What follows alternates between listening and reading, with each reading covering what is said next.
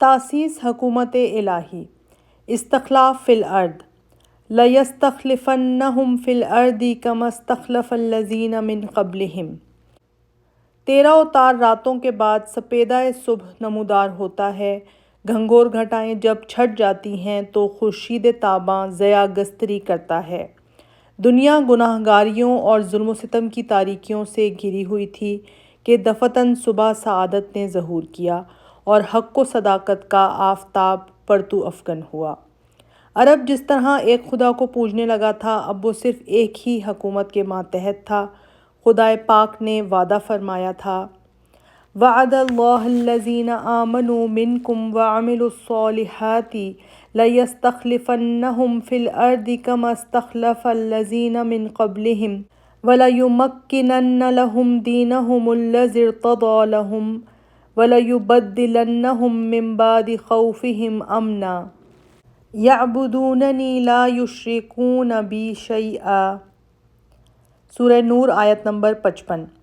خدا نے تم میں سے ایمانداروں اور نیکوکاروں سے وعدہ کیا ہے کہ ان کو بے شبہ زمین میں اپنی خلافت اسی طرح عطا کرے گا جس طرح کہ گزشتہ امتوں کو اس نے اپنی خلافت عطا کی تھی، اور ان کے اس مذہب کو جس کو اس نے ان کے لیے پسند کیا ہے یقیناً قوت بخشے گا اور ان کی بے امنی کو امن میں بدل دے گا کہ مجھ کو پوجیں اور کسی کو میرا شریک نہ بنائیں۔ حکومت الہی و استخلاف فی الارض نبوت کے ضروری لوازم نہیں، لیکن جب دعوت الہی سیاست ملکی کی دیواروں سے آ کر ٹکراتی ہے یا جب اصلاحات کا دامن ملک کی بدامنی و انتشار حال کے کانٹوں میں الجھ جاتا ہے تو پیغمبر ابراہیم و موسیٰ کے قالب میں آگے بڑھتا ہے اور قوم و ملک کو نماردہ و فرعونیہ کی غلامی سے آزادی دلاتا ہے۔ پیغمبروں میں عیسیٰ اور یحییٰ بھی گزرے ہیں جن کو حکومت کا کوئی حصہ نہیں ملا تھا، اور موسیٰ اور داؤد اور سلیمان بھی جو قوموں اور ملکوں کی قسمت کے مالک تھے، لیکن محمد الرسول اللہ عیسیٰ و یحییٰ بھی تھے اور موسیٰ و داؤد بھی۔ عرب کے خزانے دست تصرف میں تھے، لیکن کاشانہ نبوت میں نہ کوئی نرم بستر تھا، نہ غذائے لطیف، نہ جسم مبارک پر خلعت شاہانہ، نہ جیب و آستین میں درہم و دینار۔ عین اسی وقت جب اس پر کسریٰ و قیصر کا دھوکہ ہوتا تھا، وہ گلیم پوش، مکہ کا یتیم اور آسمان کا معصوم فرشتہ نظر آتا تھا۔ اسلام کی حکومت کی غرض و غایت جس کو خدا نے خود اپنے الفاظ میں ظاہر فرمایا ہے یہ تھی، اُذِنَ لِلَّذِينَ يُقَاتِلُونَ بِأَنَّهُمْ ظُلِمُوا وَإِنَّ اللَّهَ عَلَىٰ نَصْرِهِمْ لَقَدِيرٌ الَّذِينَ أُخْرِجُوا مِنْ دِيَارِهِمْ بِغَيْرِ حَقٍّ إِلَّا أَنْ يَقُولُوا رَبُّنَا اللَّهُ وَلَوْلَا دَفْعُ اللَّهِ النَّاسَ بَعْضَهُمْ بِبَعْضٍ لَهُدِّمَتْ صَوَامِعُ وَبِيَعٌ وَصَلَوَاتٌ وَمَسَاجِدُ يُذْكَرُ فِيهَا اسْمُ اللَّهِ كَثِيرًا وَلَيَنْصُرَنَّ اللَّهُ مَن يَنْصُرُهُ إِنَّ اللَّهَ لَقَوِيٌّ عَزِيزٌ الَّذِينَ إِن مَّكَّنَّاهُمْ فِي الْأَرْضِ أَقَامُوا الصَّلَاةَ وَآتَوُا الزَّكَاةَ وَأَمَرُوا بِالْمَعْرُوفِ وَنَهَوْا عَنِ الْمُنكَرِ وَلِلَّهِ عَاقِبَةُ الْأُمُورِ۔ سورہ حج آیت نمبر 39 سے 41۔ مسلمان جن سے بلا سبب جنگ کی جاتی ہے، اب ان کو بھی جنگ کی اجازت دی گئی کہ وہ مظلوم ہیں اور خدا ان کی مدد پر قادر ہے۔ وہ جو ناحق اپنے گھروں سے نکال دیے گئے، سوا اس کے ان کا اور کوئی قصور نہ تھا کہ وہ یہ کہتے تھے کہ ہمارا پروردگار ہی ہمارا خدا ہے۔ اگر دنیا میں ایک قوم کو دوسری قوم سے بچایا نہ جائے تو بہت سی خانقاہیں، کلیسے، عبادت گاہیں، مسجدیں جن میں اکثر خدا کا نام لیا جاتا ہے برباد کر دی جائیں۔ جو خدا کی مدد کرتا ہے خدا اس کی مدد کرتا ہے، خدا طاقتور اور غالب ہے۔ مسلمان وہ ہیں جن کو اگر خدا زمین میں قوت عطا کرے تو عبادت الہی کریں، مستحقین کی مالی اعانت کریں، زکوٰۃ دیں، لوگوں کو نیکیوں کی تاکید کریں، برائیوں سے روکیں، انجام کار خدا ہی کے ہاتھ میں ہے۔ ان آیتوں سے بلا اجمال یہ بتایا گیا ہے کہ اسلام میں غزوات کی ابتدا کیوں اور کیوں کر ہوئی، اسلام کی حکومت کے کیا اغراض و مقاصد تھے اور استخلاف فی الارض کے کیا فرائض ہیں، اور دنیا کی عام حکومتوں سے وہ کن امور میں ممتاز ہے۔ اس مباحث کا اصولی اور مفصل بیان کتاب کے دوسرے حصوں میں آئے گا۔ یہاں عرب کے نظم و نسق کے متعلق عام اور جزئی باتیں بیان کرنی مقصود ہیں۔ صفحات بالا سے معلوم ہو چکا ہے کہ اب تمام عرب میں امن و امان قائم ہے، سیاسی مشکلات کا خاتمہ ہو چکا ہے، ملک کے ہر گوشے میں دعائے اسلام پھیلے ہوئے ہیں، قبائل دور دراز صوبوں سے بارگاہ نبوت کا رخ کر رہے ہیں۔ فتح مکہ اسلام کی شہنشاہی کا پہلا دن تھا، جو رمضان 8 ہجری کا واقعہ ہے۔ اسی کے بعد حضرت صلی اللہ علیہ وآلہ وسلم نے قبائل میں محصلین زکوٰۃ کا تقرر فرمایا، لیکن اصل خلافت الہی کے تمام اجزاء اواخر 10 ہجری میں زمانہ حجۃ الوداع کے قریب مکمل پائے۔ یورپ کی ناآشنا نگاہ میں اگرچہ آپ صلی اللہ علیہ وآلہ وسلم کی زندگی کا یہ دور جدید ایشیائی شاہانہ زندگی کا ایک طرب انگیز مظہر تھا، لیکن آشنا یعنی حقیقت کو شہنشاہ عرب پھٹے پرانے کپڑوں میں مدینہ کی گلیوں کے اندر غلاموں اور مسکینوں کے کام کرتا ہوا نظر آتا ہے۔ وہ تاج و تخت سے بے نیاز، کیسر و ایواں سے مستغنی، حاجب و دربان سے بے پرواہ، مال و زر سے خالی، خدم و حشم کے بغیر دلوں پر حکومت کر رہا تھا۔ نہ اس کی حکومت میں پولیس تھی، نہ بڑے بڑے انتظامی دفاتر، نہ کثیر التعداد ارباب مناصب، نہ وزرائے شورا، نہ امرائے سیاست، نہ الگ الگ حکام و قضاء۔ وہ ایک ہی ذات تھی جو ہر فرض و خدمت کی خود ذمہ دار تھی، لیکن بائیں ہما وہ اپنے آپ کو عام مسلمانوں سے اونٹ کے ایک بال سے بھی زیادہ کا مستحق نہیں سمجھتا تھا۔ اس کے عدل و انصاف کے آگے فاطمہ رضی اللہ عنہا جگر گوشہ نبوت اور عام مجرم برابر تھا۔ حضرت صلی اللہ علیہ وآلہ وسلم کی اصل بعثت کا مقصد دعوت مذہب، اصلاح اخلاق اور تزکیہ نفوس تھا۔ اس کے علاوہ اور تمام فرائض محض ضمنی تھے۔ اس بنا پر انتظامات ملکی آپ نے اسی حد تک قائم کی جہاں تک ملکی بدامنی کا باعث دعوت توحید کے لیے عوائق پیش آتے تھے، تاہم یہ کام بھی کچھ اہم نہ تھا۔ انتظام ملکی۔ عمر شریف اس وقت 60 برس کی تھی۔ اس عمر میں بھی اس حکومت کے تمام کام خود انجام دیتے تھے۔ ولاء اور عمال کا تقرر، مؤذنین اور ائمہ کا تعین، محصولین زکوٰۃ، جزیہ کی نامزدگی، غیر قوموں سے مصالحت، مسلمان قبائل میں جائیدادوں کی تقسیم، فوجوں کی آراستگی، مقدمات کا فیصلہ، قبائل کی خانہ جنگیوں کا انسداد، وفود کے لیے تعین و وظائف، اجزائے فرامین نو مسلموں کے انتظامات، مسائل شرعیہ میں افتاء، جرائم کے لیے اجرائے تعزیز، ملک کے بڑے بڑے سیاسی انتظامات، عہدہ داروں کی خبرگیری اور احتساب۔ دور کے صوبوں میں متعدد صحابہ رضی اللہ عنہ گورنر اور والی بنا کر بھیج دیے گئے تھے، لیکن خود مدینہ اور اطراف مدینہ کے فرائض آپ صلی اللہ علیہ وآلہ وسلم خود انجام دیتے تھے۔ خلافت الہی کے ان فرائض و اعمال نے آپ کے دل و دماغ پر جو بار عظیم ڈالا، اس نے آپ کے نظام جسمانی کو چور چور کر دیا۔ عام روایتوں سے ثابت ہے کہ آپ آخر زندگی میں تہجد کی نماز بیٹھ کر پڑھا کرتے تھے، جو ضعف جسمانی کا اقتضا تھا۔ لیکن یہ ضعف جسمانی خود کس چیز کا نتیجہ تھا، اس کا جواب حضرت عائشہ رضی اللہ عنہا کی زبان سے سننا چاہیے، جس سے بڑھ کر آپ کے اعمال زندگی کا کوئی ترجمان نہیں ہو سکتا۔ عبداللہ بن شقیق کہتے ہیں کہ میں نے حضرت عائشہ رضی اللہ عنہا سے پوچھا کہ کیا حضرت صلی اللہ علیہ وآلہ وسلم بیٹھ کر نماز پڑھتے تھے؟ تو انہوں نے کہا ہاں، لیکن اس وقت جب لوگوں نے آپ کو چور چور کر دیا تھا۔ امیر العسکری۔ چھوٹے چھوٹے غزوات و سرایا کے امیر الجیش اگرچہ اکابر صحابہ رضی اللہ عنہم ہوتے تھے، لیکن جو بڑے بڑے معرکے پیش آتے تھے، ان کی قیادت خود آپ صلی اللہ علیہ وآلہ وسلم بنفس نفیس فرماتے تھے۔ چنانچہ بدر، احد، خیبر، فتح مکہ، تبوک میں خود آپ ہی امیر العسکر تھے۔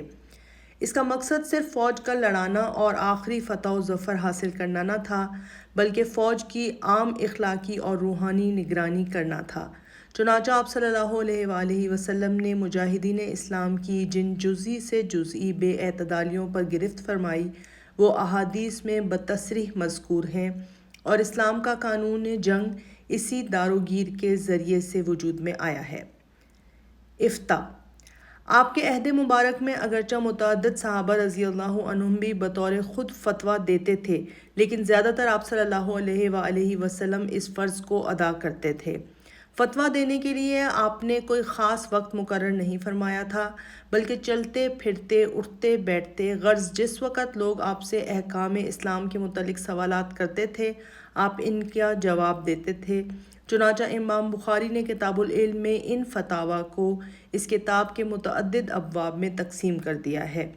خلافت کا یہی فرض تھا جس کو حضرت عمر رضی اللہ عنہ نے اپنے زمانے میں نہایت ترقی دی اور اس کو ایک مستقل شعبہ قرار دیا۔ فصل قضائیہ: اگرچہ آپ صلی اللہ علیہ وآلہ وسلم کے عہد مبارک میں عہدہ قضاء قائم ہو چکا تھا اور حضرت علی رضی اللہ عنہ اور حضرت معاذ بن جبل رضی اللہ عنہ کو آپ نے خود یمن کا قاضی مقرر فرما کے بھیجا تھا، تاہم مدینہ اور اس کے حوالی و مضافات کے تمام مقدمات کا آپ خود فیصلہ کرتے تھے۔ اس کے لیے کسی قسم کی روک ٹوک اور پابندی نہ تھی۔ امام بخاری نے ایک خاص باب باندھا ہے جس کا عنوان یہ ہے: باب ما ذکر عن النبی صلی اللہ علیہ وآلہ وسلم لم یکن لہ بواب، یعنی حضرت صلی اللہ علیہ وآلہ وسلم کے دروازے پر دربان نہ تھا۔ اس بنا پر گھر کے اندر بھی آپ صلی اللہ علیہ وآلہ وسلم اطمینان و سکون کے ساتھ نہیں بیٹھ سکتے تھے۔ عورتوں کے معاملات عموماً زنان خانہ ہی میں پیش ہوتے تھے۔ احادیث کی کتابوں میں آپ کے فیصلوں کا اتنا ذخیرہ موجود ہے کہ اگر ان کا استقصاء کیا جائے تو ایک ضخیم جلد تیار ہو جائے گی۔ عموماً احادیث کی کتاب البیوع میں دیوانی کے مقدمات اور کتاب القصاص والدیات وغیرہ میں فوجداری کے مقدمات مذکور ہیں۔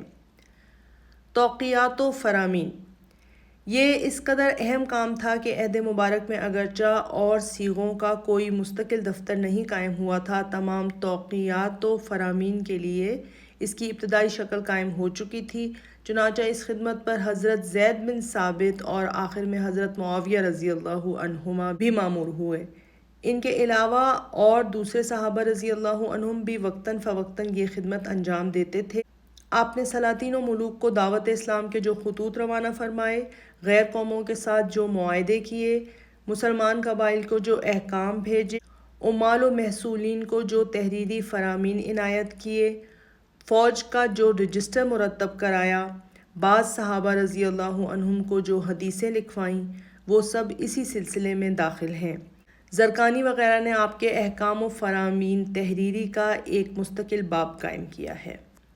مہمانداری: منصب نبوت کے بعد آپ صلی اللہ علیہ وآلہ وسلم کی ذاتی حیثیت تقریباً فنا ہو گئی تھی، اس لیے آپ کی خدمت میں جو لوگ حاضر ہوتے تھے ان کا تعلق بھی خلافت الہی یا نبوت ہی کے ساتھ ہوتا تھا، اور آپ صلی اللہ علیہ وآلہ وسلم اسی حیثیت سے ان کی مہمانداری فرماتے تھے۔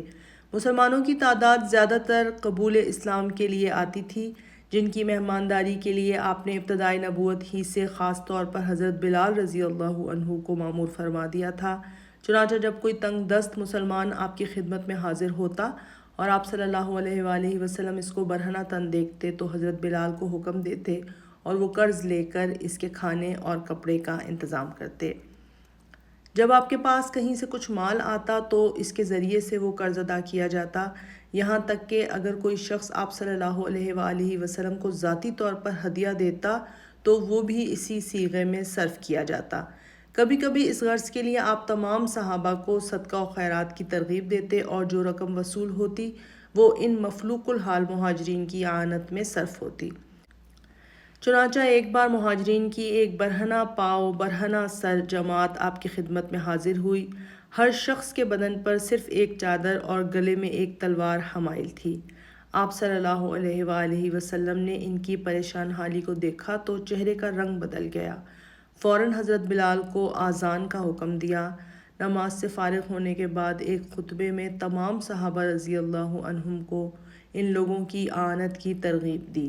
اس کا یہ اثر ہوا کہ ایک انصاری اٹھے اور ایک توڑا جو اس قدر وزنی تھا کہ اس سے بمشکل اٹھ سکتا تھا لا کر آپ کے آگے ڈال دیا۔ اس سے تمام لوگوں میں اور بھی جوش پیدا ہوا اور تھوڑی دیر میں ان بے سر و سامان مہاجرین کے آگے غلہ اور کپڑے کا ڈھیر لگ گیا۔ فتح مکہ کے بعد تمام اطراف ملک سے بکثرت مذہبی و ملکی وفود آنے لگے۔ آپ صلی اللہ علیہ وآلہ وسلم بالنفس نفیس ان کی خاطر مدارت کرتے تھے اور ان کے لیے حسب حاجت وظائف اور سفر کے مصارف ادا فرماتے تھے۔ قبائل پر اس کا بہت اچھا اثر پڑتا تھا۔ آپ صلی اللہ علیہ وآلہ وسلم اس کا اس قدر لحاظ فرماتے تھے کہ وفات کے وقت آپ نے جو آخری وصیتیں فرمائی تھیں ان میں ایک یہ بھی تھی: جس طرح میں وفود کو عطیہ دیا کرتا تھا تم بھی اسی طرح دیا کرو۔ وفود کے حالات آگے آتے ہیں۔ عیادت مرضیٰ، مریضوں کی عیادت اور ان کی تجہیز و تکفین میں شریک ہونا اگرچہ ایک مذہبی فرض تھا اور مذہبی حیثیت سے اس کی ابتدا بھی ہوئی، چنانچہ آپ صلی اللہ علیہ وآلہ وسلم مدینہ تشریف لائے تو یہ عام دستور ہو گیا کہ دم نزع میت کے اعضاء آپ کو اطلاع دیتے۔ آپ صلی اللہ علیہ وآلہ وسلم ان کے پاس آ کے ان کے لیے دعائے مغفرت کرتے، لیکن بعض حیثیتوں سے اس کا تعلق خلافت کے ساتھ بھی ہو گیا تھا، کیونکہ بعض صحابہ اس حالت میں اپنی جائیداد کو وقف یا صدقہ کرنا چاہتے تھے اور حضرت صلی اللہ علیہ وآلہ وسلم اس موقع پر ان کا صحیح طریقہ بتاتے تھے۔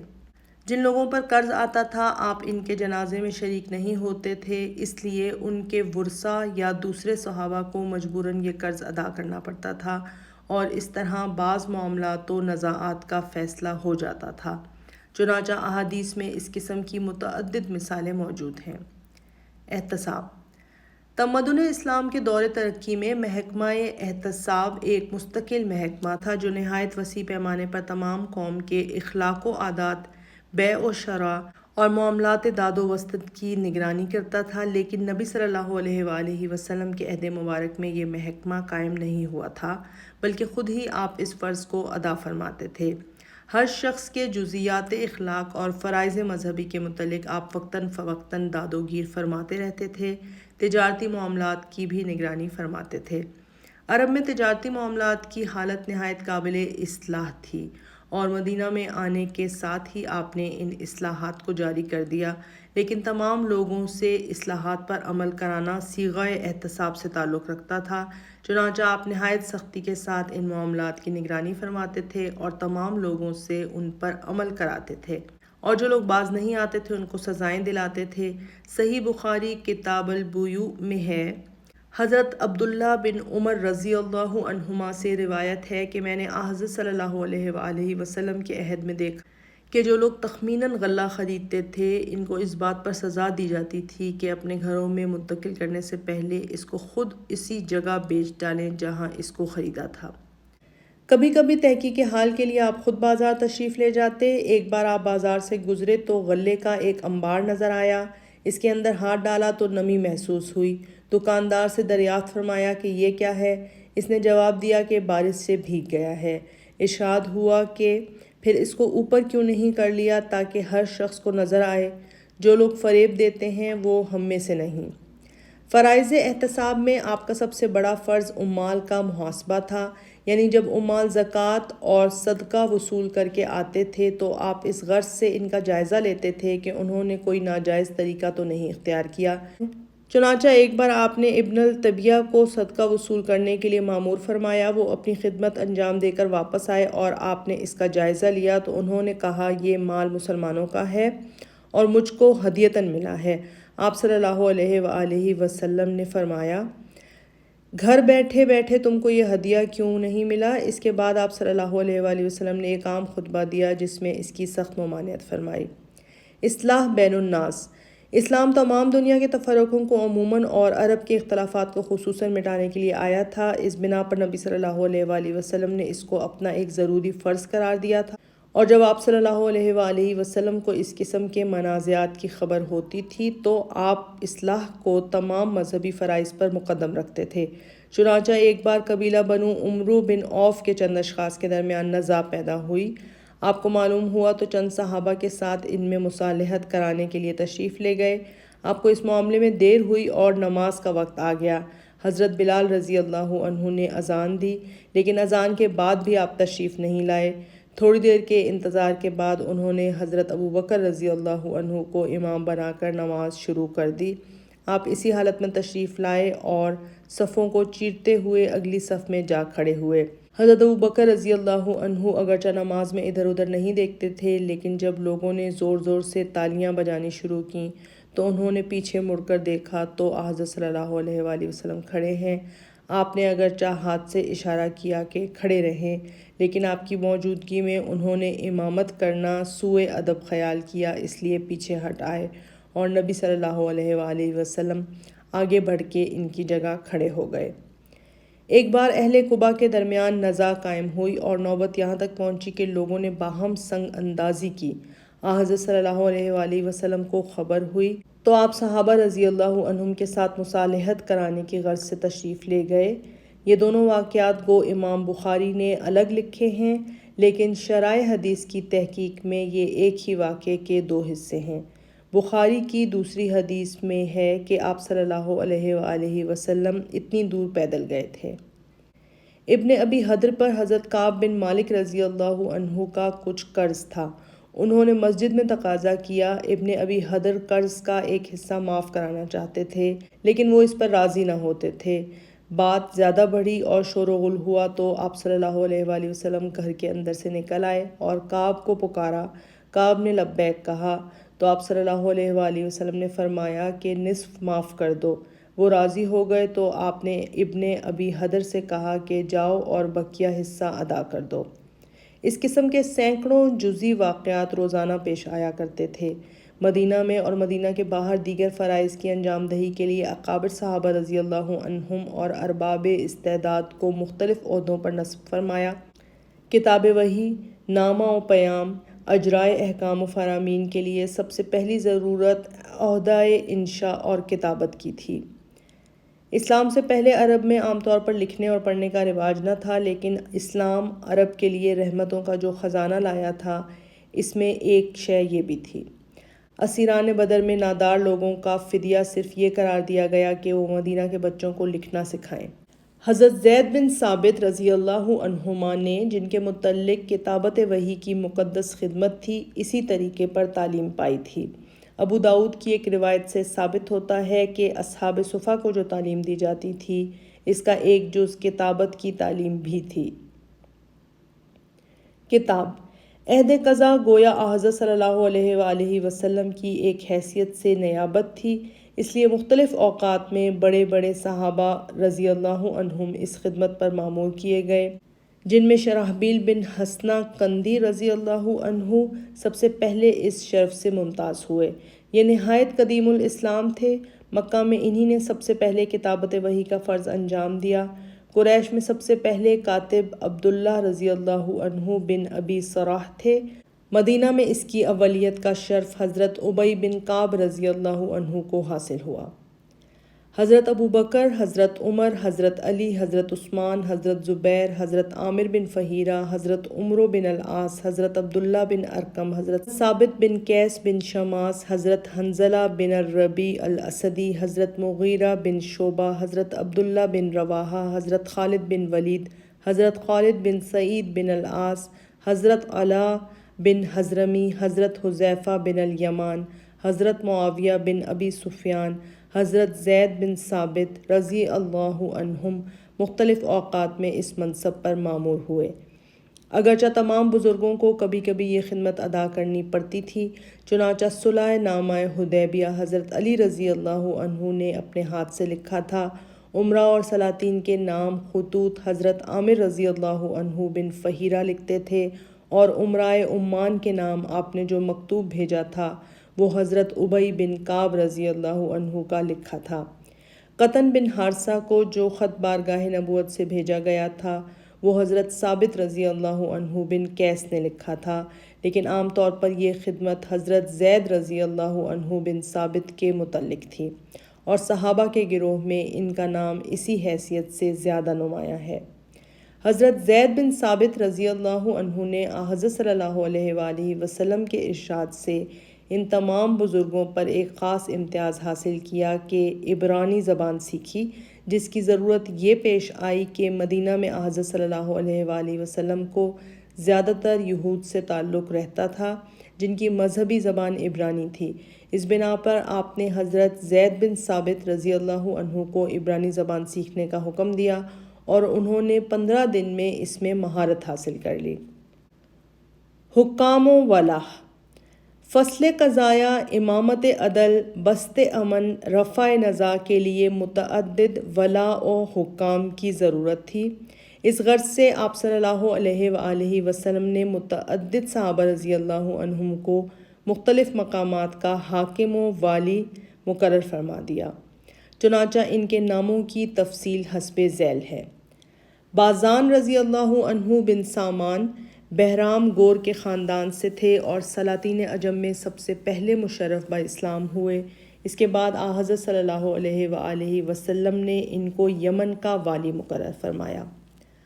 شہر بن بازان رضی اللہ عنہ، بازان بن سامان رضی اللہ عنہ کے بعد نبی صلی اللہ علیہ وآلہ وسلم نے ان کو سنا کا والی مقرر فرمایا۔ خالد بن سعید بن عاص شہر بن بازان مارے گئے تو ان کے بعد آپ نے ان کو سنا کا عامل مقرر فرمایا۔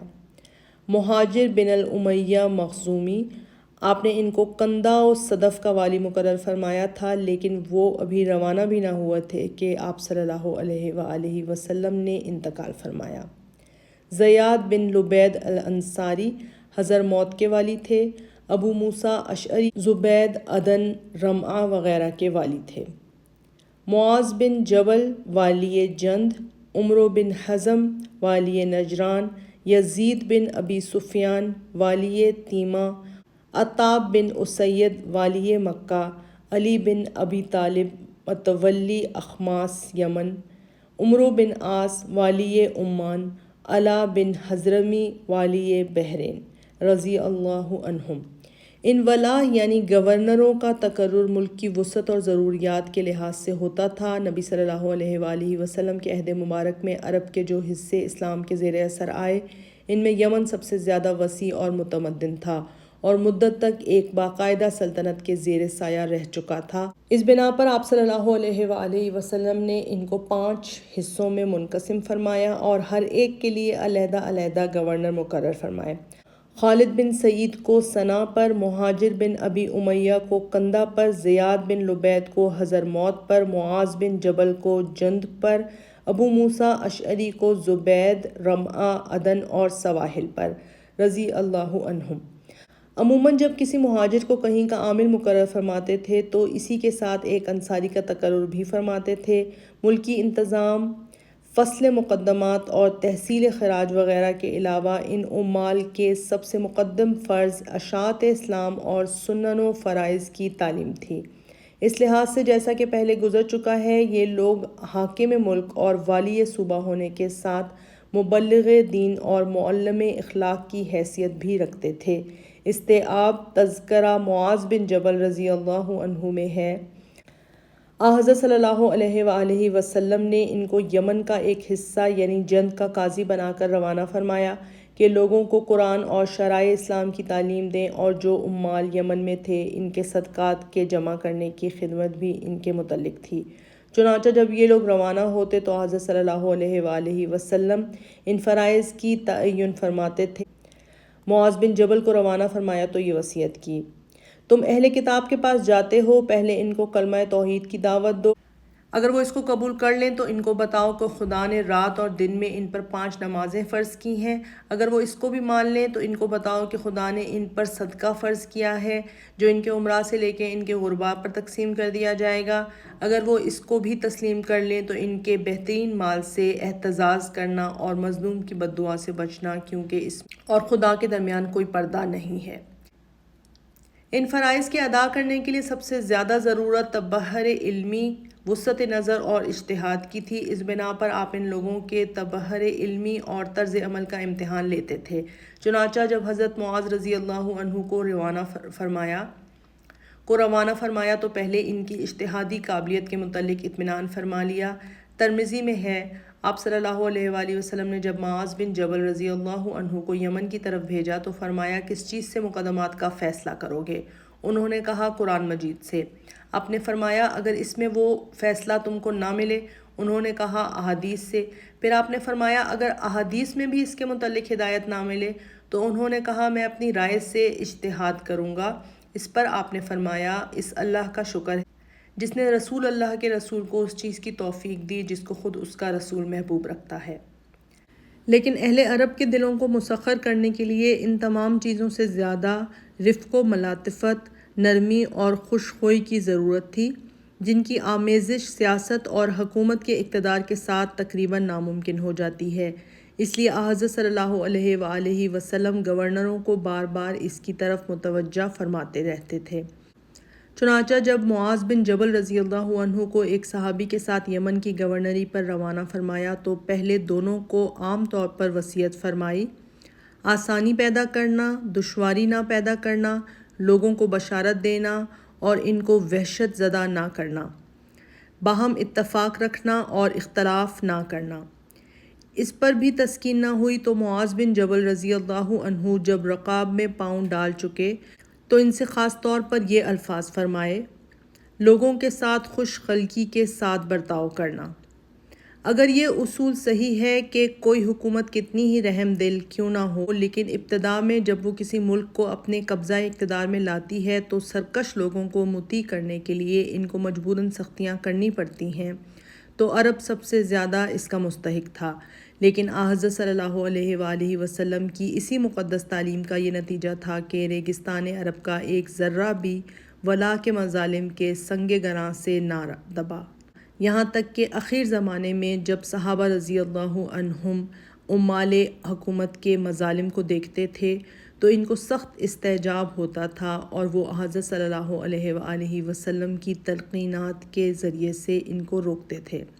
چنانچہ ایک بار حشام بن حکیم بن حزام نے دیکھا کہ شام کے کچھ نبطی دھوپ میں کھڑے کیے گئے ہیں۔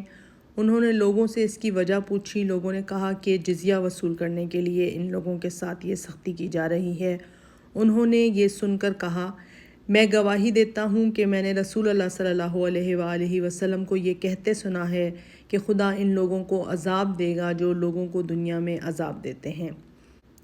محصولین زکوٰۃ و جزیہ۔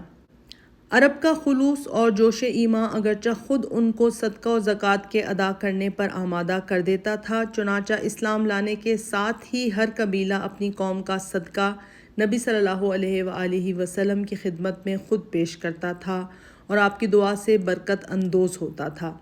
لیکن ایک وسیع ملک اور ایک وسیع حکومت کے لیے یہ طریقہ کافی نہ تھا، اس لیے ولا کے علاوہ یکم محرم 9 ہجری کو حضرت صلی اللہ علیہ وآلہ وسلم نے صدقہ و زکوٰۃ کے وصول کرنے کے لیے ہر قبیلے کے لیے الگ الگ محصولین مقرر فرمائے، جو قبائل کا دورہ کر کے لوگوں سے زکوٰۃ اور خراج وصول کر کے آپ کی خدمت مبارک میں پیش کرتے تھے۔ عموماً خود رؤسائے قبائل اپنے اپنے قبیلوں کے محصل ہوتے تھے اور احادیث سے معلوم ہوتا ہے کہ عموماً ان کا تقرر وقتی ہوتا تھا۔ بہرحال آپ نے اس فرض کے انجام دہی کے لیے حسب ذیل اشخاص کو مختلف قبائل اور شہروں پر متعین فرمایا۔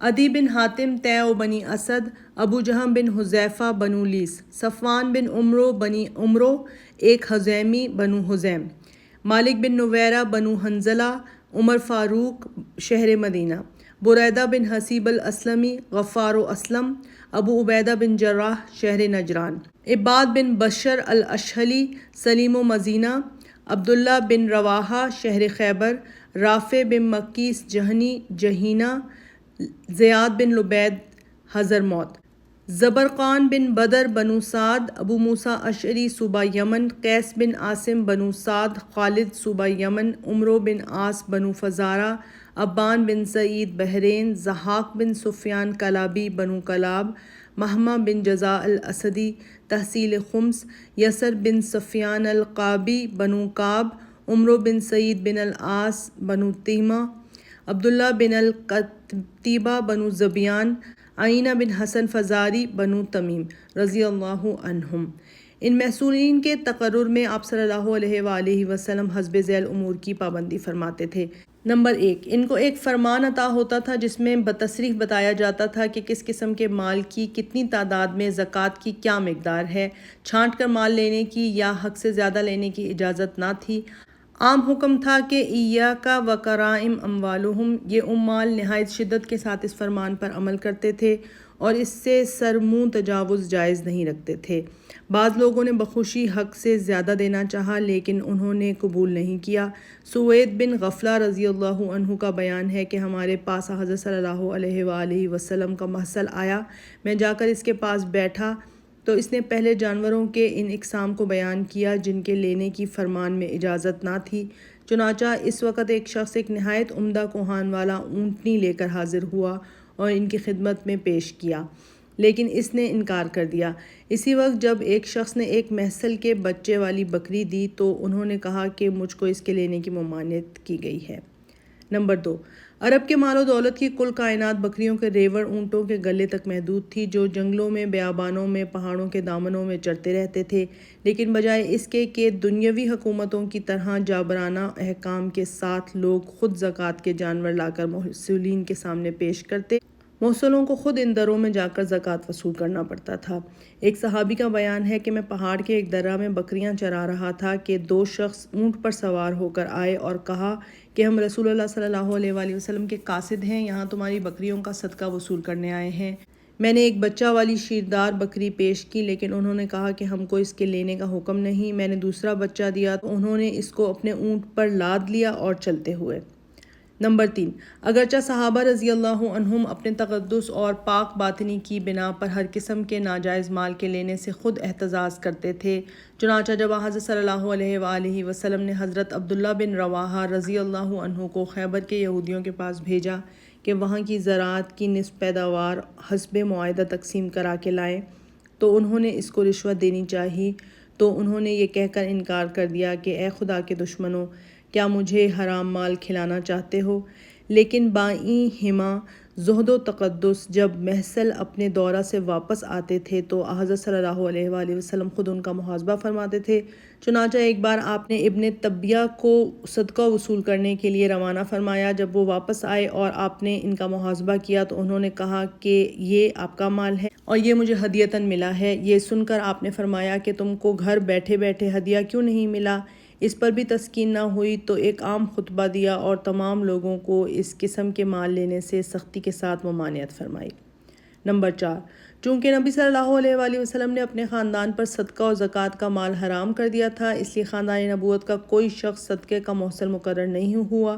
ایک بار عبد المطلب بن زمعہ بن حارث اور فضل بن عباس نے کہ امزاد بھائی اور بھتیجے تھے، آپ کی خدمت میں درخواست کی کہ اب ہمارا سن نکاح کے قابل ہو گیا ہے، تمام لوگوں کی طرح ہم کو بھی صدقے کا عامل مقرر فرما دیجیے تاکہ اس کے معاوضے سے کچھ مال جمع کر کے نکاح کر کے سرمایہ مہیا کریں۔ لیکن آپ نے فرمایا کہ صدقہ آل محمد کے لیے جائز نہیں ہے، وہ لوگوں کا میل ہے۔ نمبر 5، مال کا انتخاب خود رسول اللہ صلی اللہ علیہ وآلہ وسلم فرماتے تھے اور جو لوگ اپنے آپ کو اس خدمت کے لیے خود پیش کرتے تھے ان کی درخواست نامنظور ہوتی تھی۔ چنانچہ ابو موسیٰ اشعری رضی اللہ عنہ کے ساتھ 2 شخص آئے اور عامل بننے کی درخواست کی۔ آپ نے حضرت ابو موسیٰ اشعری کی طرف مخاطب ہو کر فرمایا کہ تم کیا کہتے ہو؟ انہوں نے کہا کہ مجھ کو یہ خبر نہ تھی کہ یہ لوگ اس غرض سے آئے ہیں۔ آپ نے ان دونوں کی درخواست نامنظور کی اور فرمایا کہ جو لوگ خود خواہش کرتے ہیں ہم ان کو عامل مقرر نہیں کرتے، لیکن اسی وقت حضرت ابو موسیٰ کو بلا درخواست یمن کا عامل مقرر کر کے روانہ فرمایا۔ نمبر 6، مال کو صرف بقدر ضرورت معاوضہ ملتا تھا۔ آپ نے عام منادی فرما دی تھی کہ جو شخص ہماری مقررہ شرح سے زیادہ لے گا وہ خیانت مالی ہے۔ مقدار ضرورت کی تصحیح خود آپ نے فرما دی تھی۔ جو شخص ہمارا عامل ہو اس کو ایک بیوی کا خرچ لینا چاہیے، اگر اس کے پاس نوکر نہ ہو تو نوکر کا، اگر مالک نہ ہو تو گھر کا، لیکن اگر کوئی اس سے زیادہ لے گا تو وہ خائن ہوگا۔ آپ صلی اللہ علیہ وآلہ وسلم کے زمانے میں حضرت عمر فاروق رضی اللہ عنہ کو بھی اس قسم کا معاوضہ ملا تھا۔ چنانچہ ان کے عہد خلافت میں جب صحابہ نے زہد و تقدس کی بنا پر معاوضہ لینے سے انکار کیا تو انہوں نے نبی صلی اللہ علیہ وآلہ وسلم کے اسی طرز عمل سے استدلال کیا۔ قضا، ان مناصب کے علاوہ بعض اور عہدے بھی سادہ طور پر قائم ہو گئے تھے، مثلاً فصل مقدمات کا کام اگرچہ زیادہ تر آپ خود انجام دیتے تھے، لیکن کبھی کبھی آپ کے حکم سے حسب ذیل صحابہ نے بھی ان فرائض کو انجام دیا ہے۔ حضرت ابوبکر، حضرت عمر، حضرت عثمان، حضرت علی، حضرت عبد الرحمن بن عوف، حضرت ابی بن کعب، حضرت معاذ بن جبل رضی اللہ عنہم۔ پولیس۔ اگرچہ خلفائے راشدین کے زمانے میں بھی باضابطہ طور پر پولیس کا محکمہ قائم نہیں ہوا اور ان کی ابتدا بنو امیہ کی سلطنت میں ہوئی، تاہم حضرت صلی اللہ علیہ وآلہ وسلم کے عہد مبارک میں بھی اس کا ابتدائی نمونہ قائم ہو چکا تھا۔ چنانچہ آپ کے عہد مبارک میں قیس بن سعد رضی اللہ عنہ اس خدمت کو انجام دیتے تھے اور اس غرض سے ہمیشہ آپ کے ساتھ رہتے تھے۔ جلاد۔ مجرموں کی گردن مارنے کی خدمت حضرت زبیر، حضرت علی، حضرت مقدار بن الاسود، حضرت محمد بن مسلمہ، حضرت عاصم بن ثابت، حضرت ضحاک بن سفیان کلابی رضی اللہ عنہم کے سپرد تھی۔ غیر قوموں سے معاہدے۔ عرب میں اب کفر اور شرک کا بالکل وجود نہ تھا، کہیں کہیں صرف مجوس، نصارہ اور یہود کی آبادیاں تھیں۔ ان میں سے معتد بہی افراد نے گو نور ایمان سے قلوب کو روشن کر لیا تھا، لیکن مجموعی حیثیت سے وہ اب تک تاریکی میں تھے، تاہم خلافت الہی کی ہماگیر قوت سے وہ سرتابی نہ کر سکے۔ حجاز کے یہودیوں کے سوا عرب کی تمام قوموں نے بخوشی اسلام کی اطاعت قبول کی، اس لیے اسلام نے بھی ان کی جان و مال، عزت و آبرو اور مذہب کی حفاظت کی ذمہ داری اپنے سر لے لی، اور اس کے مقابلے میں جزیہ کی ایک خفیف رقم، یعنی ہر مستطیع عاقل بالغ مرد پر 1 دینار سالانہ ان پر مقرر کی۔ اس رقم کا نقد روپے کی صورت میں ادا ہونا ضروری نہ تھا، بلکہ عموماً جہاں جس چیز کی پیداوار ہوتی تھی یا چیز بنتی تھی وہی چیز جزیہ قرار پائی۔ غیر قوموں میں سب سے پہلے حضرت صلی اللہ علیہ وآلہ وسلم نے 7 ہجری میں خیبر، فدق، وادی القریٰ اور تیمہ کے یہودیوں سے مصالحت فرمائی۔ اس وقت تک آیت جزیہ کا نزول نہیں ہوا تھا، اس بنا پر باہمی رضامندی سے جو شرائط قرار پا گئے تھے وہ آیت جزیہ کے نزول کے بعد بھی قائم رہے۔ اصل شرط یہ تھی کہ وہ رعایا کی حیثیت سے کام کریں گے اور پیداوار کا نصف حصہ خود لیں گے اور نصف مالکوں کو ادا کریں گے۔ 9 ہجری میں جزیہ کی آیت نازل ہوئی، اس کے بعد تمام معاہدے اسی کی روح سے قرار پائے۔ نجران کے عیسائیوں نے مدینہ میں آ کر مصالحت کی درخواست جس کو آپ نے منظور فرمایا۔ شرائط صلح یہ تھے کہ وہ مسلمانوں کو سالانہ 2000 کپڑے دیں گے اور ان کو 2 قسط میں، یعنی آدھا ماہ صفر اور آدھا ماہ رجب میں ادا کریں گے۔ اگر یمن میں کبھی بغاوت یا شورش ہوگی تو وہ عاریتاً 30 زرہیں، 30 گھوڑے، 30 اونٹ اور 30 عدد ہر قسم کے ہتھیار دیں گے اور مسلمان ان کی واپسی کے ضامن ہوں گے۔ اس کے معاوضے میں جب تک وہ سودی لین دین یا بغاوت نہ کریں گے، نہ ان کے گرجے ڈھائے جائیں گے، نہ ان کے پادری نکالے جائیں گے، نہ ان کو ان کے مذہب سے برگشتہ کیا جائے گا۔ حدود شام میں بہت سے عیسائی اور یہودی گاؤں میں آباد تھے۔ رجب 9 ہجری میں غزوہ تبوک کے موقع پر دومت الجندل، ایلا، مکنا، جربہ، ازرہ، تبالہ اور جرش کے جو عیسائی اور یہودی زمیندار اسلام نہیں لائے بلکہ جزیہ دینا قبول کیا، ان میں سے ہر بالغ مرد پر 1 دینار سالانہ مقرر ہوا، اور مسلمان جب ادھر سے گزرے تو ان کی ضیافت بھی ان پر لازمی قرار دی گئی۔ ایک آسانی یہ بھی دی گئی کہ اگر نقد نہ ادا کر سکیں تو اسی کے برابر معافری کپڑا دیا کریں۔ بحرین کے مجوسیوں سے بھی جزیے کی اسی شرح مقدار پر مصالحت کی گئی۔ اصناف، محاصل و مخارج۔ مختلف اغراض و مصالح کی بنا پر اسلام میں آمدنی کے صرف 5 ذرائع تھے: غنیمت، فے، زکوٰۃ، جزیہ، خراج۔ اول و دوم کے سوا باقیہ ذرائع آمدنی سالانہ تھے۔ غنیمت کا مال صرف فتوحات کے موقع پر آتا تھا۔ عرب میں قاعدہ تھا کہ رئیس فوج غنیمت کا 1/4 حصہ خود لیتا تھا، جس کو اصطلاح میں مربع کہتے تھے، اور بقیہ جو جس کے ہاتھ لگ جاتا تھا لے لیتا تھا۔ تقسیم کا کوئی نظام نہ تھا۔ غزوہ بدر کے بعد خدا نے غنیمت کو خود اپنی ملک قرار دیا، جس میں خمس یعنی 5واں حصہ خدا اور رسول کے نام سے حکومت الہی کے مصالح و اغراض کے لیے مخصوص فرمایا۔ یسألونک عن الانفال قل الانفال للہ والرسول، سورہ انفال۔ اے پیغمبر، لوگ تجھ سے مال غنیمت کی نسبت پوچھتے ہیں، کہہ دے کہ وہ خدا اور رسول کی ملک ہے۔ خدا اور رسول کی ملکیت سے مقصود یہ ہے کہ وہ سپاہیوں کی شخصی ملکیت نہیں ہے، بلکہ مسئلے کی بنا پر جب صاحب خلافت جس طرح مناسب سمجھے اس کو صرف کر سکتا ہے۔ اسی طرح خمس کی نسبت ارشاد ہوا ہے وَاعْلَمُوا أَنَّمَا غَنِمْتُم مِّن شَيْءٍ فَإِنَّ لِلَّهِ خُمْسَهُ وَلِلرَّسُولِ وَذِي الْقُرْبَى وَالْيَتَامَى وَالْمَسَاكِينِ وَابْنِ السَّبِيلِ۔ مسلمانوں جان لو کہ تم کو جو مال غنیمت ہاتھ آئے اس کا 5واں حصہ خدا، رسول، اہل قرابت اور یتیموں اور مسکینوں کا ہے۔ ایک دو استثنائی واقعے کے سوا جس میں حضور صلی اللہ علیہ وآلہ وسلم نے مال غنیمت مخصوص مہاجرین کو یا مکہ کے نو مسلموں کو عنایت فرمایا، ہمیشہ آپ کا یہ طرز عمل رہا کہ خمس کے بعد ایک ایک حبہ سپاہیوں پر برابر برابر تقسیم فرما دیتے تھے۔ سواروں کو 3 حصے اور پیادہ کو 1 حصہ۔ بعض روایتوں میں ہے کہ سواروں کو 2 حصے ملتے تھے۔ خمس کا بھی عموماً بہت کم حصہ ذاتی مصرف میں آتا تھا۔ آیت بالا میں جن ارباب استحقاق کا ذکر ہے زیادہ تر انہی پر صرف کر دیا جاتا تھا۔ زکوٰۃ صرف مسلمانوں پر فرض تھی اور 4 مدوں سے وصول ہوتی تھی: نقد، روپیہ، پھل اور پیداوار، مویشی بجز گھوڑا۔ اسباب تجارت 200 درہم چاندی، 20 مسکال سونے اور 5 اونٹ سے کم پر زکوٰۃ نہ تھی۔ پیداوار سے جو زکوٰۃ وصول کی جاتی تھی اس کے لیے ضروری تھا کہ اس کی مقدار 5 وسق یعنی 300 صاع بہی تحقیق امام ترمذی یا 5 وسق سے زیادہ ہو۔ سونا اور چاندی کا 40واں حصہ وصول کیا جاتا تھا۔ مویشیوں کا نرخ زکوٰۃ بھی مختلف جنس کی مختلف تعداد پر مقرر تھا جو حدیث اور فقہ کی تمام کتابوں میں مفصل مذکور ہے۔ اراضی کی 2 قسمیں کی گئی تھیں، ایک وہ جس کی سیرابی صرف بارش یا بہتے پانی سے ہوتی تھی۔ اس قسم کی اراضی کی پیداوار میں 10واں حصہ یعنی عشر وصول ہوتا تھا، اور جس کو آبپاشی کے ذریعے سے سیراب کیا جاتا تھا اس میں نصف عشر یعنی 20واں حصہ لیا جاتا تھا۔ سبزی پر کوئی زکوٰۃ نہ تھی۔